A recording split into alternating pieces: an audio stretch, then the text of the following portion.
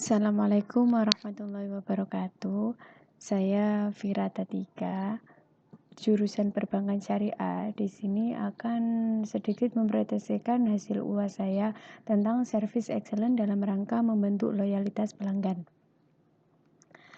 Yaitu yang pertama, service excellent. Esensi dalam layanan prima adalah upaya memberikan layanan terbaik bagi pelanggan yang berorientasi pada kepentingan pengguna sehingga memungkinkan kita mampu memberikan kepuasan yang optimal.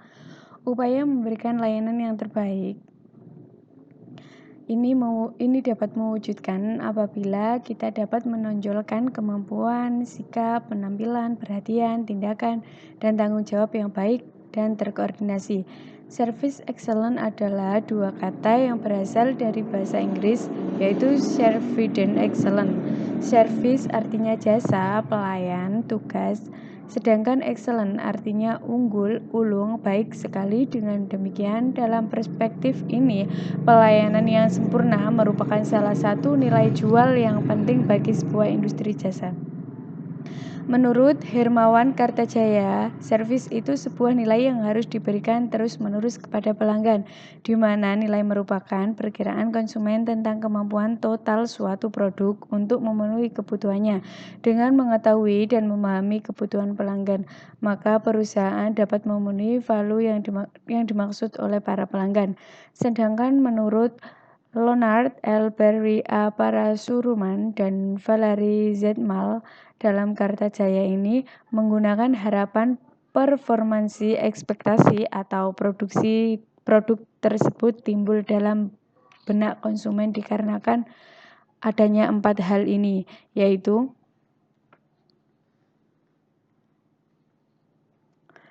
yang pertama, individual need atau kebutuhan perorangan sebagai faktor yang penting. Artinya, kalau konsumen sudah punya tuntutan yang tinggi, maka ekspektasinya sudah pasti tinggi juga. Yang kedua, word of mouth. Konsumen punya harapan tertentu karena cerita dari orang lain.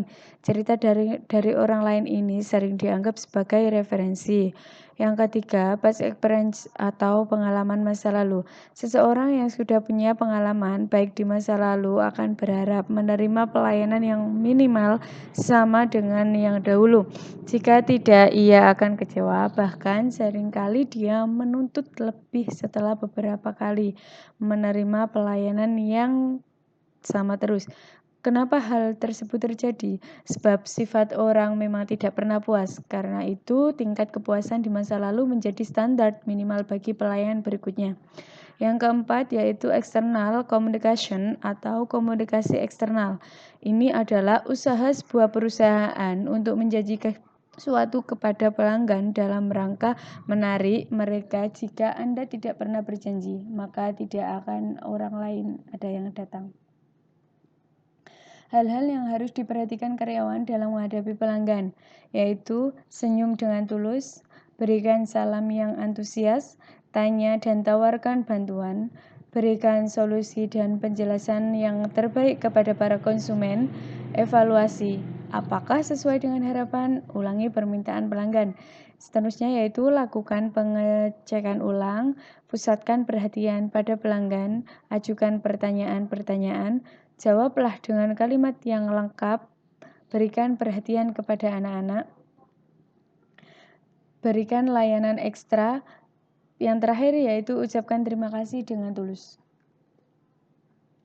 Petugas yang akan berhubungan dengan pelanggan serta memiliki keterampilan dasar dalam pelayanan, yaitu seperti memusatkan perhatian pada pelanggan, memberikan pelayanan yang efisien, membina hubungan dan baik dan harmonis, memberikan penjelasan dan informasi, mengetahui keinginan pelanggan, menjelaskan jasa pelayanan yang dapat diberikan oleh perusahaan. Yang terakhir, mengalihkan tugas pelayanan kepada orang lain. Terdapat beberapa dimensi kualitas layanan yang dapat dijadikan indikator ukuran baik atau tidaknya suatu kualitas layanan yang berpengaruh terhadap kepuasan konsumen, yaitu menetapkan 5 dimensi kualitas layanan. Yang pertama, reliability atau kendala, yaitu kemampuan suatu perusahaan untuk memberikan pelayanan sesuai yang dijanjikan secara akurat. Yang kedua, responsiveness atau ketanggapan, yaitu suatu kemampuan untuk membantu dan memberikan pelayanan yang cepat. Yang ketiga, assurance atau jaminan dan kepastian, yaitu pengetahuan, kesopanan atau kesantunan, dan kemampuan perusahaan sumber daya yang dimiliki dalam menanamkan rasa percaya dan keyakinan kepada pelanggan. Yang keempat, empati, yaitu memberikan perhatian yang tulus dan bersifat individual atau pribadi yang diberikan kepada para pelanggan dengan berupaya memahami keinginan konsumen. Yang kelima, enggliba atau bukti fisik, yaitu kemampuan suatu perusahaan dalam menunjukkan eksistensinya kepada pihak eksternal. Yaitu yang kedua, membentuk loyalitas pelanggan. Pelayanan loyalitas konsumen merupakan manifestasi dan kelanjutan dari kepuasan konsumen dan menggunakan fasilitas maupun jasa pelayanan yang diberikan oleh perusahaan serta untuk tetap menjadi konsumen dari perusahaan tersebut. Yaitu juga bisa untuk mendapatkan pelanggan yang loyal, perusahaan harus memberikan customer value secara terus-menerus untuk meningkatkan, memperbaiki, bahkan mengubah produk atau jasa untuk meningkatkan keuntungan bagi pelanggan. Untuk meningkatkan loyalitas pelanggan, perusahaan harus meningkatkan manfaat yang diberikan kepada pelanggan. Menurut Hermawan ini ada 3 bentuk konsistensi manfaat yang bisa diberikan perusahaan kepada pelanggan. Yaitu yang pertama, harga murah. Hal ini terjadi karena kemampuan perusahaan mengelola prosesnya dengan efisien. Yang kedua, produk yang senantiasa terdepan terjadi karena kemampuan perusahaan dalam mengembangkan produknya. Yang ketiga, servis yang senantiasa prima terjadi karena kemampuan perusahaan dalam memahami kebutuhan dan keinginan pelanggannya. Perusahaan harus bisa menjalin hubungan yang emosional dengan pelanggan lainnya. Kita pun harus membuat program-program yang bisa membuat pelanggan bicara tentang produk kita kepada orang lain tanpa diminta. Yang terakhir, kita pun harus bisa mewadahi para pelanggan kita dalam sebuah komunitas sehingga ikatan antara pelanggan semakin erat dan kita pun akan lebih mudah memasarkan produk kita kepada mereka. Perusahaan berusaha untuk mendapatkan pelanggan menjaga agar pelanggannya tetap bertahan dan mempunyai kesetiaan terhadap produk yang dihasilkan oleh perusahaan dan meningkatkan nilai pelanggan bagi perusahaan. Oleh sebab itu, meningkatkan dan menciptakan hubungan merupakan hal terpenting dalam strategi untuk mendapatkan pelanggan yang loyal. Hubungan antara pelanggan dengan perusahaan menciptakan jaringan bagi segala sesuatu yang menghubungkan model usaha berbasis nilai pelanggan.